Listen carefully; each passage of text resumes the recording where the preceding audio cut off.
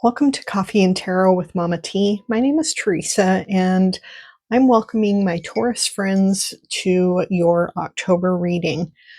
So if you have your sun, moon, or rising in Taurus, this reading is for you. This month I'm trying a different type of reading. I've done these for other people before, but I don't think that I have done one of these for YouTube yet. I'm doing a 12 houses reading. And so this looks at the 12 different houses of your astrological chart. There are 12 domains of your life. And I've pulled a separate card for each of those different houses. And we'll see what they have to say for you, what advice they have for you in each of those domains. This is a comprehensive reading. I've also pulled together some oracles and, a couple of little trinkets and crystals and quotations, and I have all of these have been sitting in these bags charging. I don't know what any of these cards are. As I shuffled and prayed over and cleansed each deck that I selected for each sign, I was careful to not see any of the cards, so we'll be discovering them together. I will put the camera overhead so that you can see the layout and see as I pull the cards out and get them set up. I want you to see what it looks like, and then I'll flip the camera back over here so that I feel more like I'm talking to you as I'm going through the reading. So I will pause and move the camera for a moment now. Okay, first thing we'll do is call in spirit. I'll get a candle lit as we're talking about how things are set up here. So you can see that I've got these astrological cards that they provide a brief explanation of each of the houses, and I'll talk about those as we go through the reading.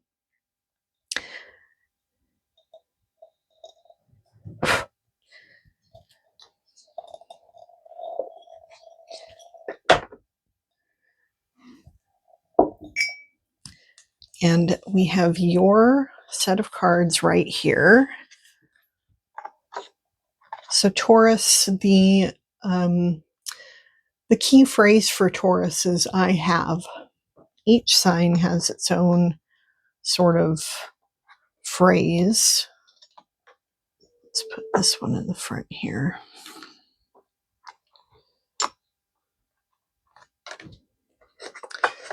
You and Aries have been sort of my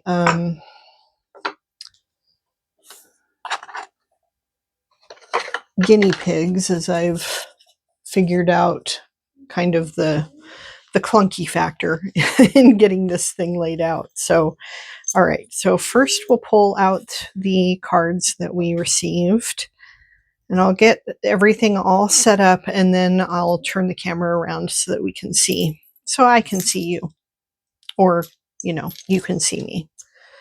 I can't see you. We haven't figured out that technology yet. Okay, so your trinkets that you received are one that says, learn from yesterday, live for today, and hope for tomorrow. Then you have this crystal. I don't remember what kind of crystal it is. I'll look it up and I'll put a little comment in the screen. It's some kind of a floral something or another, because it looks like it's got flowers right in it. It doesn't, but then we have a trinket that says always with a little heart, and we have a megaphone. So maybe you're being encouraged to use your voice and open your heart chakra, or your throat chakra, which is appropriate for Taurus because Taurus rules the throat chakra. So, okay, so we've got those for you. Your quote is, vulnerability is the best measure of courage. And of course, that's a Brené Brown quote. Vulnerability that's been a tricky one for me lately. So maybe it has been for you too. I'm a Taurus as well. Doubt is part of the creative process. Always a good reminder on this one. Oh, I forgot that I did these angelic messages. So these are just tiny little cards with a message from an angel for you. Be grateful for the journey. Each experience shapes the magnificent being that you are becoming. Okay, we'll put that right there. And then we have another signifier card so that I know I knew which piles I was putting together. These cards here are from actually a local creator. You can find her on Etsy. The deck is called Zodiac 180. So the little card is a zodiac archetypes card. So there's just some different archetypes for Taurus that you may be encouraged to embody this month, or if it's one of the negative archetypes, maybe it's something to be mindful of and careful about. The one that you received is the builder, being focused, diligent, and making things to last. So think about how that applies to you. What do you need to be building this month, in the month of October? Do you need to get into that focused and diligent sort of mindset that we can so often utilize? Then this card is some key words for Taurus, and this is also from the Zodiac 180 deck. And the card that you receive is a beehive. Diligent, persistent, stamina, application, tireless, mindful, hard work, devoted, fruitful, busy, conscientious, energetic, continual, harvest, endurance, effort, patient, and concentration. So those are some key words to be thinking about as you're, and some of the aspects of Taurus that you are being encouraged to apply in your life for whatever it is that you're working on. These are all applicable principles that can be applied to just about anything. So we'll put that over here as well. Move my little bowl of lavender here. Okay, and then the rest of these cards we have some oracles that we'll save to the end, some keywords. See, I think I'll do keywords at the end as well. Got keywords, your oracle, and this affirmation will be, those are going to be considered your guidance from spirit. And then over here we'll put support, the support that you'll be receiving. These are supportive cards.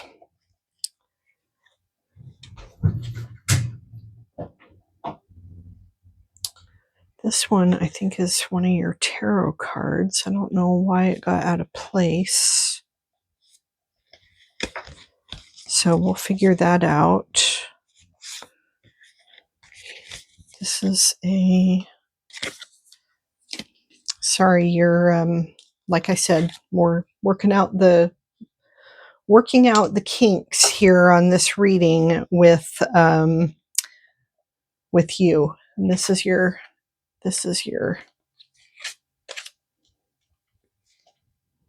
oracle card.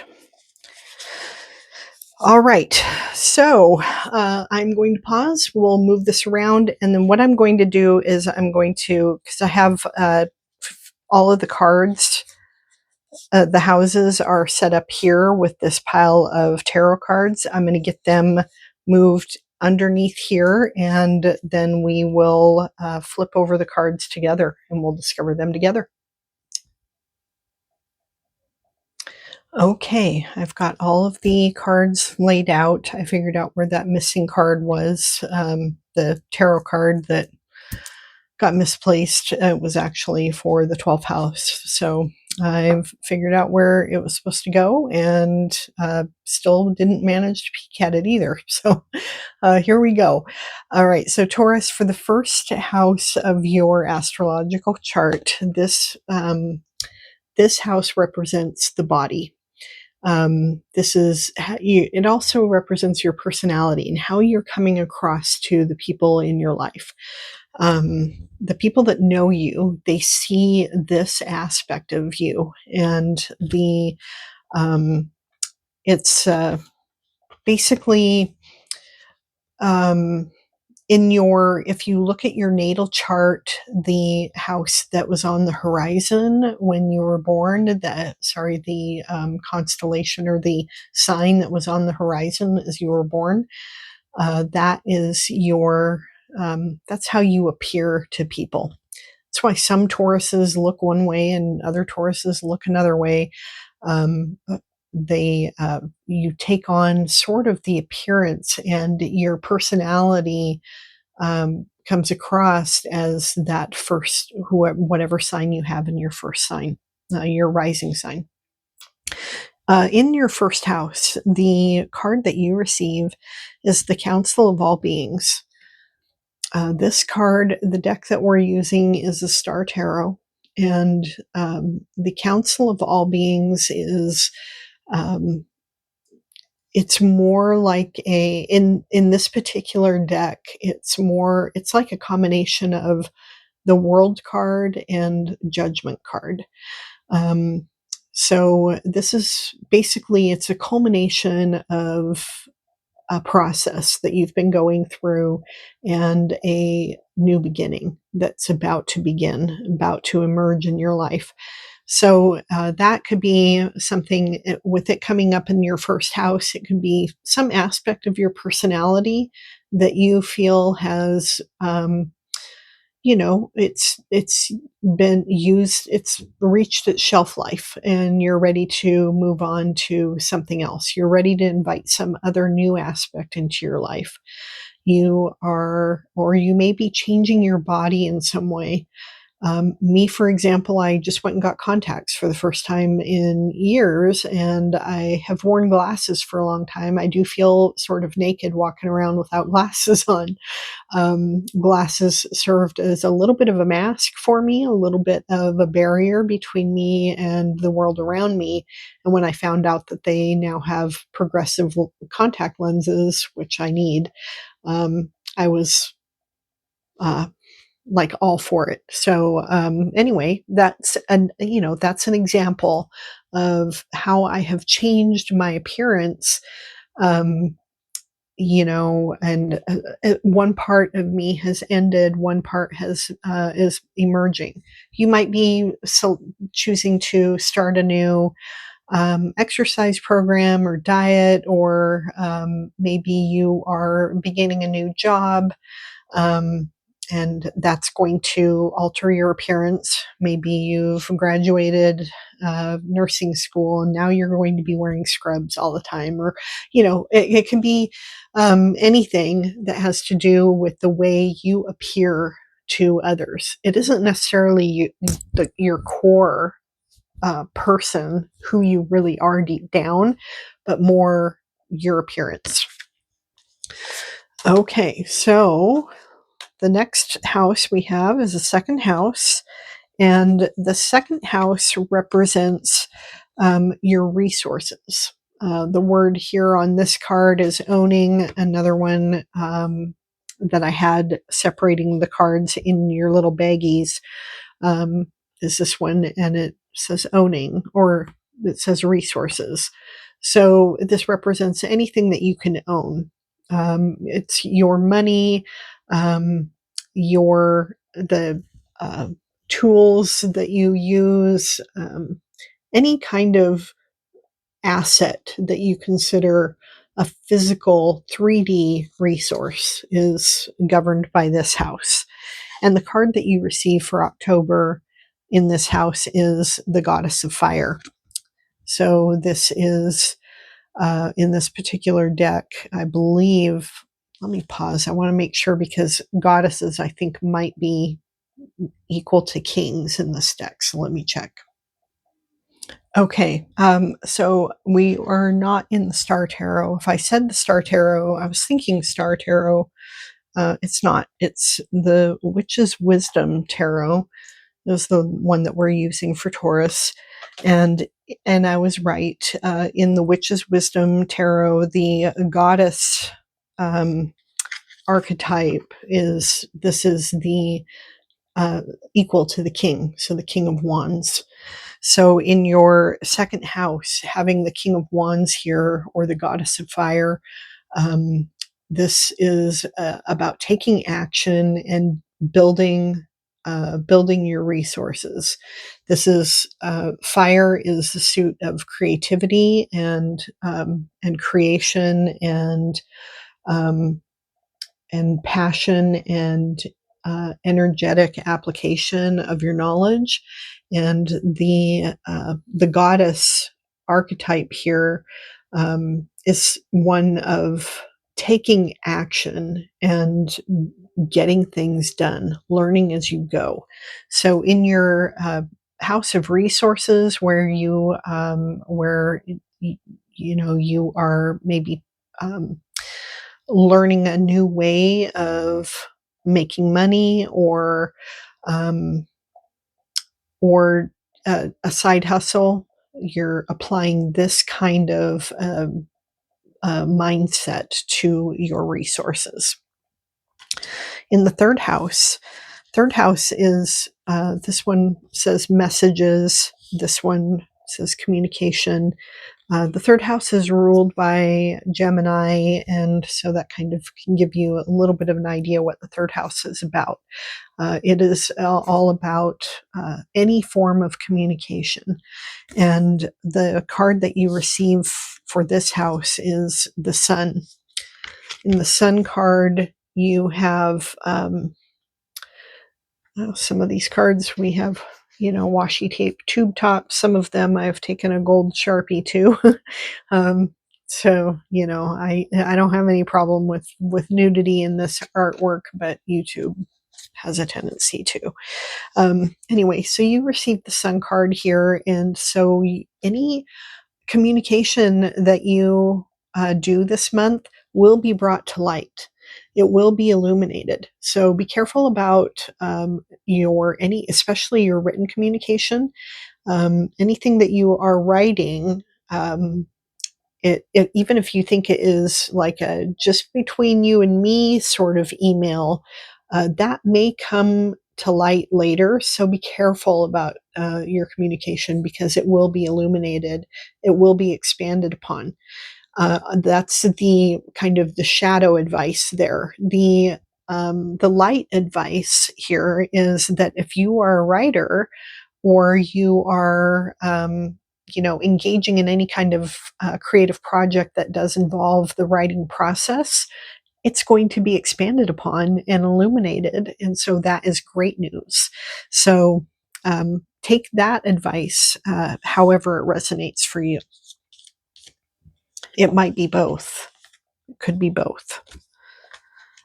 All right. Then in the fourth house is your house of it's your home, your roots, your childhood home.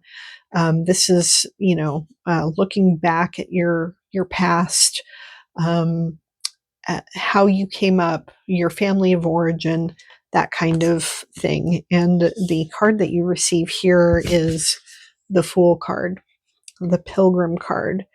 In this particular deck, the 0 comes after the Council of All Beings card, which is just slightly different than normal tarot decks. And you get both of these. The Pilgrim card, the Fool card here, means that you'll be emerging on some new journey. that has something to do with that family of origin story. Maybe you'll be examining it. Maybe you're writing your life history. Maybe you have a new relationship emerging with a sibling or somebody from your, or a sibling like friend from your past. That some kind of a new element is being brought to that relationship. In the fifth house is the house of creativity and passion. So your passion projects, creative projects, these, however those sort of things present in your life.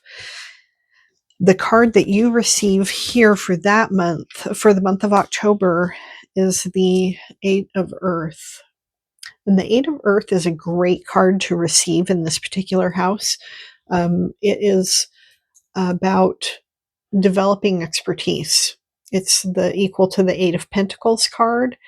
It is learning, developing, being an apprentice in whatever it is you are working on, and just developing that expertise. And trying new things. If you find that if one thing isn't working, you try another. But you just keep at it. It's a card of diligence. And so applying your diligence to whatever that passion project is the message for the month of October.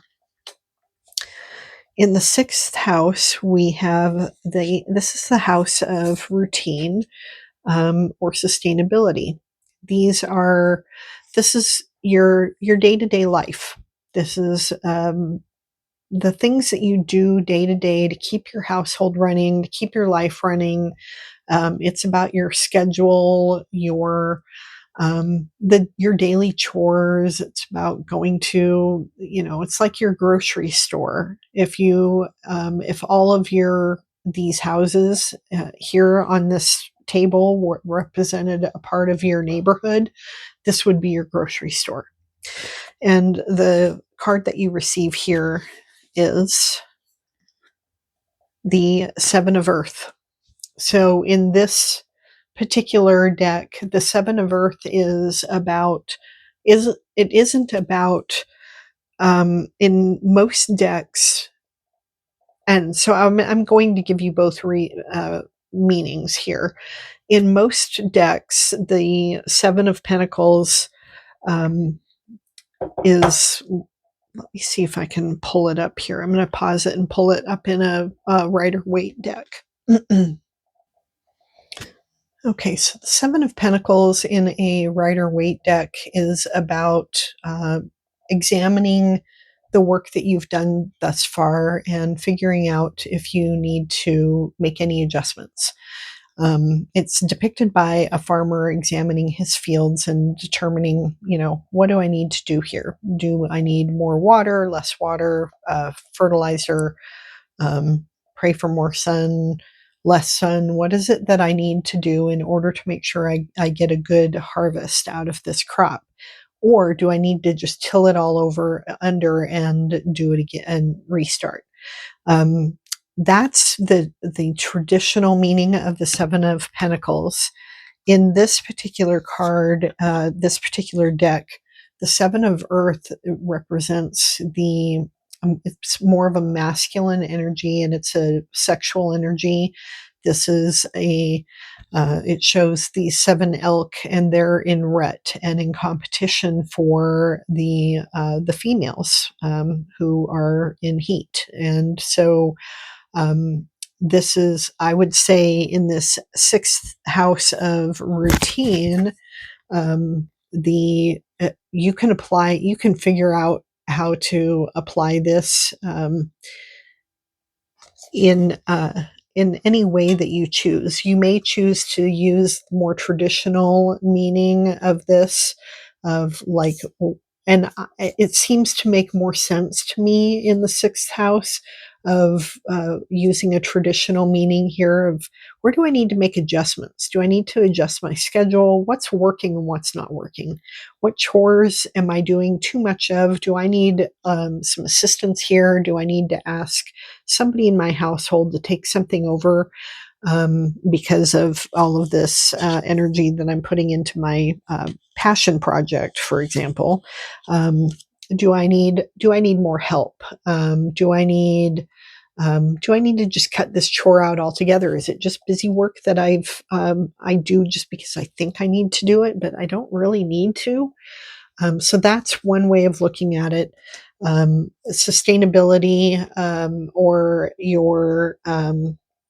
Sustainability or your routine.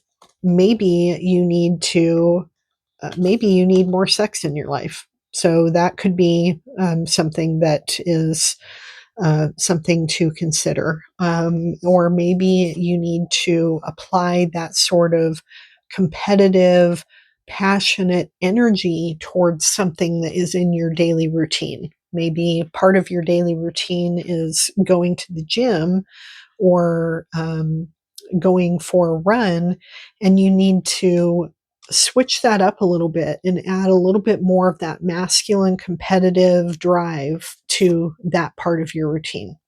So apply that however that resonates. In your seventh house, we have the house of partnership and relationships. It's often about your love partnership, but it can be any kind of relationship, any kind of close relationships in your life. And in that particular area of the domain of your life, you get the card of um, the world. So in this particular deck, it does look like sort of the fool beginning on his journey, even though we already have like the pilgrim card too. So I don't know this deck super well, and because it is unique and doesn't really follow the Rider Waite. Let me pause and look that card up. Hold on a moment. Okay, this particular card does read more like the Fool card. This is about new beginnings. And it's about beginnings and new endings. So it's sort of a continuation of this pilgrim card. This is where she's embarking out on this path that she's walked many times before. She knows exactly what she needs, and isn't overburdened with what she's going for. She's optimistic. She is eager and excited in this particular card. In this one, there's more of a sense of something burning down behind them, and then packing up more resources and heading out on their own. To get this in your seventh house of partners and partnerships means that perhaps there is a relationship in your life that is coming to a conclusion. You're starting to see where independence and relying upon yourself might be more useful for you at this time. This could be, if you're going through some kind of a breakup, then this would be a card that really signifies that. It can also, but remember, this is any kind of a relationship in your life. So if you're partnered and happy, then, don't be thinking that this is an ominous sign about your partnership. It could be, some other relationship in your life that is just going through some kind of a change. Maybe it's not ending, but things are going to change a little bit with that particular relationship. Maybe it's a close friendship that is moving from one aspect of friendship into another. Maybe they're going through something, and contact is going to have to be less frequent than normal. You may be feeling a certain way about this sort of pulling away. Um, But don't tell yourself stories about why that is if you don't know what the story is. You can ask. If you don't get an answer, then that's your answer. If you're the person who feels a need to pull away, then do so with grace. And if you can provide that sort of explanation, then that would be beneficial for that other person, because sort of that sort of ending, when it comes, especially when it comes to friendships, um, we don't have a good process in our society for allowing friendships to fizzle out or end. There's never really any good closure there. And if there needs to be, then maybe be the person who provides that. In any case, there's some kind of a relationship in here that you feel is like it's reached some sort of an ending, and you're ready to embark on something new, and you need to honor yourself in this process, whatever that looks like. All right. Then let's see here. The eighth house is the house of endings and beginnings. That's the way it's called on this particular card. This card calls it the house of mystery. I've always known the eighth house to be the house of death, inheritance, and taxes. So it, and you know, it can be mysteries, things that are maybe not solved at this time. And in that house for you, this area of your life, you're receiving the Four of Earth card. So the Four of Earth is about,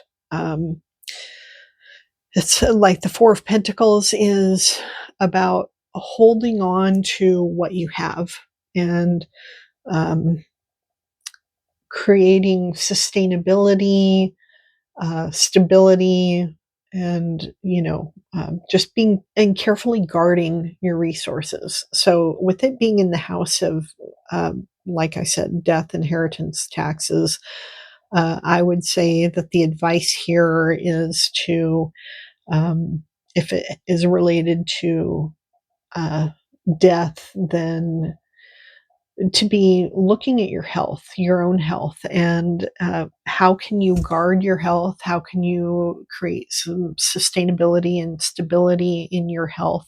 Is there something that needs to be addressed? Something that you haven't been paying attention to? Some sort of mysterious symptom that you haven't gotten checked out? It's time to check it out. Um, if you've experienced a death in your family recently, or a death of a loved one, then with this being the card that shows up in that domain of your life, it's about um, creating, holding on to those memories of that person. Maybe you need to write yourself a story about the things that they meant to you, some of your memories. Maybe you need to capture some of that so that you can hold it close. Um, Spend some time meditating on what that person brought to you, and what you've learned from them, and what you need to carry forward from them as you are mourning that loss. In the ninth house is the house of faith. Hold on, my cat came in and the dogs all followed her. So, okay, so we have the ninth house now. This is the ninth of, this one calls it the house of faith. This card calls it the house of exploration. I've always known the ninth house to be the house of um, knowledge, higher learning, travel, particularly international travel. Um, and it can be about faith, and about that exploration sort of mindset. But I've always sort of applied it to, with an intellectual lens, the house of learning. And the card that you receive is the goddess of earth. And so this is equal to being the King of Pentacles in this particular deck. So the king or the goddess of earth, um, she has amassed wealth. She has built an abundant life, and she has all of the resources available to her that she needs. The goddess of earth is one that loves to create more, and enjoy the abundance that she's acquired. And same with the King of Pentacles. That is the building of leadership, entrepreneurship, abundance, resources, and it's also generosity and giving back. And to have this in your ninth house of higher learning or travel, maybe it's a time for travel for you. Maybe it's a time for learning something new and taking some of that time that maybe your abundance has provided to you and applying it to some sort of higher learning. Maybe it's creating a sense of abundance through learning something new, because abundance isn't just about um, the coin. It's not just about the physical, tangible things. You can create a sense of abundance by inviting in higher learning and knowledge. There is no greater way to learn about life than to travel. And so, if you have the opportunity to travel, then it's a great time to do that, according to this card. If you aren't foreseeing any travel on your horizon for the month of October, then taking some time to create a sense of abundance within your mind by learning something new every day would be great way to apply the lesson of that card. Now, the 10th house, what we have is the world. This card calls it the world. This one calls it authority. And the 10th house sits at the peak of your astrological chart. If you're looking at your birth chart, it's at the very top. And this represents your ambitions and your career, and how you amass your how you go through your life, but definitely that ambition and authority, and what you achieve in your life. The 10th house card that you receive is the 10 of earth. I love it when you get a 10 and a 10 together.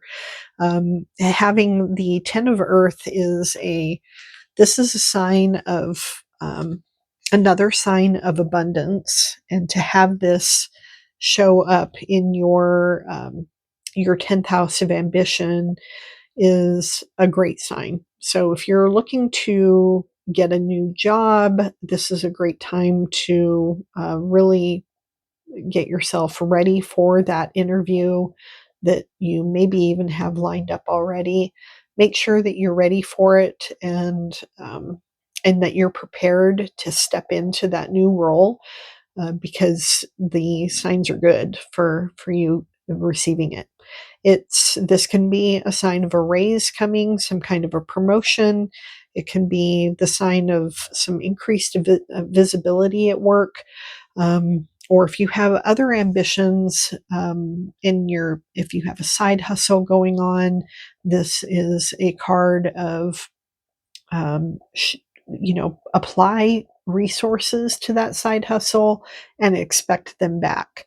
Manifest what it is that you desire. Be really clear on what it is that you desire, because the possibility and likelihood of you achieving what you want is high.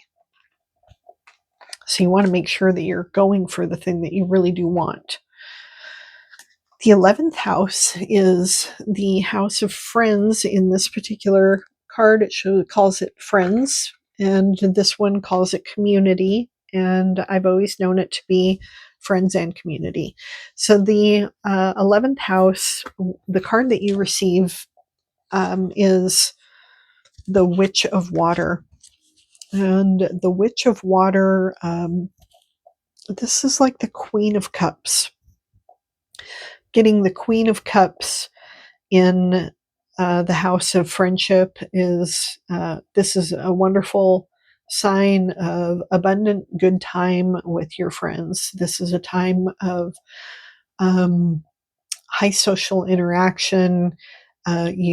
If you don't have anything on the calendar to spend time with your friends, this is a sign to get something on the calendar. If the invitations aren't coming to you, then create them yourself. Figure out a way to maybe host a little get together with some of your friends and create that sense of abundant, overflowing, um, social interaction uh, in the area of your friendships. Your friends are, and your community are a resource that we need more than ever right now. And um, we can't just expect it to all fall into our lap. Sometimes we have a tendency to think, well, no, nobody's reaching out, so whatever. And loneliness in adulthood is a huge problem and a huge health concern. And because it is actually does have health ramifications, it's something that you should apply some effort and thought and consideration to. How can you get out of it? uh, Express that vulnerability, by extending those invitations to people, um, because the likelihood that they feel the same way as you is high, and they would welcome that invitation. So, if the invitations aren't already there, you don't already have plans, make them. And the 12th house is this one card calls it the house of escape. This one calls it the house of introspection. I've always known it to be a house of secrets, introspection, shadow work, that kind of thing. And the card that you receive is the Guardian. And if I'm not mistaken, the Guardian in this particular deck is similar to the Star. Um, but let me pause and look up the meaning on this card real quick. There isn't really a card that translates in the Rider Waite for this particular card. The Guardian is like a godlike creature, a godlike being, the partner of the goddess, the great goddess, and this is it can be an embodiment of gentle leadership and the and kindness and abundance. There's a spirit of mentorship and protection embodied within this card. And so, however you think of your idea of a higher power, or like your spirit team, whatever greater being you rely upon, that being is here with you in your house of secrets, in your house of shadow work or introspection. So my thought on this one is to spend a little bit more time in meditation, prayer, thought, deep introspection or shadow work this month. Spend a little bit of time doing that kind of work each day and feeling the kind support of a power that is greater than you. The support is there. It's not a if you have any trauma, religious trauma, be careful how you come to this sort of practice or or meditation. You want to really hone in on the kindness, the gentleness, the loving support that you should be receiving from your spirit team or your higher power. It's not an idea of judgment or anything like that. Okay, so now we have we'll get to your keywords to kind of tie everything together in your affirmations and your the support that you're receiving from the spirit around you. So your affirmation for this month is healing relationships. With profound self-reflection and boundless compassion, I embark upon the healing journey of past relationships that have caused me pain. Liberating my spirit from the shackles of resentment, I shower forgiveness upon myself and others, basking in the radiant embrace of love and reconciliation. So that is the affirmation. It's kind of a long phrase for an affirmation, but basically applying healing and forgiveness to past relationships so that you can move forward into new relationships or a new relationship with yourself, feeling more whole and ready. Then the next card that we receive is your guidance. Another guidance card that you receive is from the Queen of the Moon Oracle, and your card that you receive is Surrender. And that card says,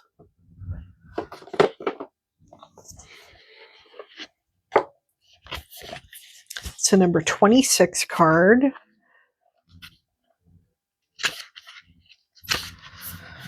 Surrendering doesn't mean giving up. Let go of what you no longer need. Stop being so stubborn about holding on to aspects and behaviors that don't align with who you are now. Stop struggling. So that kind of goes with the definition that I had on the sixth house.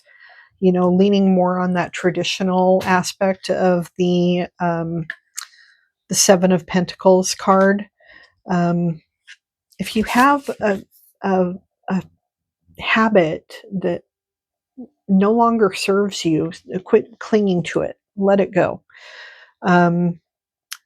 So letting go and surrendering admits or exposes a vulnerability or two. To surrender, we may need to show our underbelly. We may need to admit we got it wrong, made a mistake, or grew a bad habit. We may have surrounded ourselves with people that are not good for us. It can make us feel raw in our realization. That's where that vulnerability comes back in. So remember that this is, this is the idea of surrender is kind of a dark thing, but it is also a beautiful thing. It allows us to be wide open as we need to be in order to do that work. So there we are. It's a beautiful, beautiful card. And my little dog Phoebe is chiming in on that. You need to stop, Phoebe. My wife is coming to rescue me from her. Okay, your angel number for the month is 500. Ruminate. I love the word ruminate. And the question it asks is it worth the risk? Your angels acknowledge that you are losing your patience with the situation that isn't changing. They are guarding you against rash decisions made on a whim. You don't have to make a choice today. Give yourself time to ponder what you should do next. Reflect and perhaps journal on the feelings of dissatisfaction that you have. What do they mean at a surface level, and how do they play into patterns of your past? So if you come across the number 500 during the course of your day-to-day life, it's a sign from your angels telling you to pause, don't lose your patience, think about what it is that you're frustrated with before taking any action. Additional support for you have from the universe, your spirit animal is the starfish. Such a pretty card. And the starfish card says, Get that pulled up here. That is the number 89.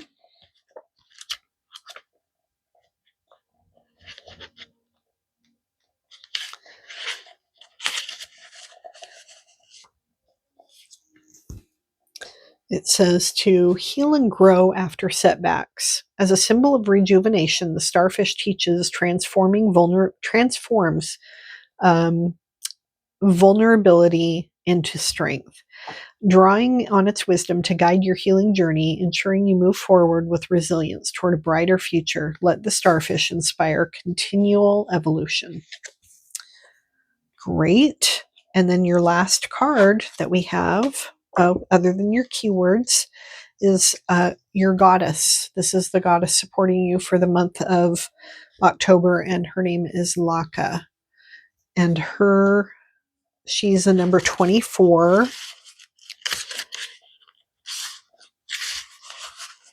And Laka, I love this message already. It says, just dance.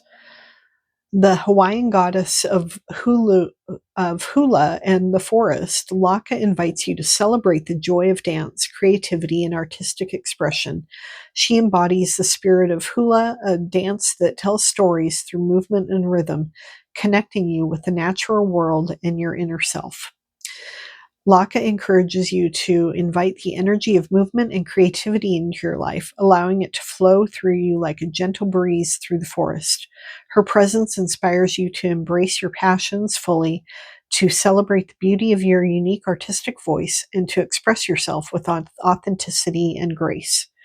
Just as Laka weaves the essence of life into each graceful gesture, so too can you create something beautiful and meaningful through your own artistic endeavors. Excellent. All right, let's see what keywords you got, see if they pull anything together. Purpose and blinded by the light. Prepare to be blinded by the light of all of this. This is all a lot of really good news, and I think it will bring a lot of light and love into your life for the month of October. Focus in on your purpose and what it is that you most want to create, how you want to come across to the world, and October is going to be a successful month for you. Thank you for joining me. If you enjoyed this reading, please give it a thumbs up. And if there are parts of it maybe you felt like there was something missing, or or it didn't really resonate with you, maybe checking out your rising sign might be more, might provide more guidance for you that resonates more. Check out your rising or your moon signs. And if you have not already subscribed to my channel, please do. And I hope to see you in my next video. Bye now.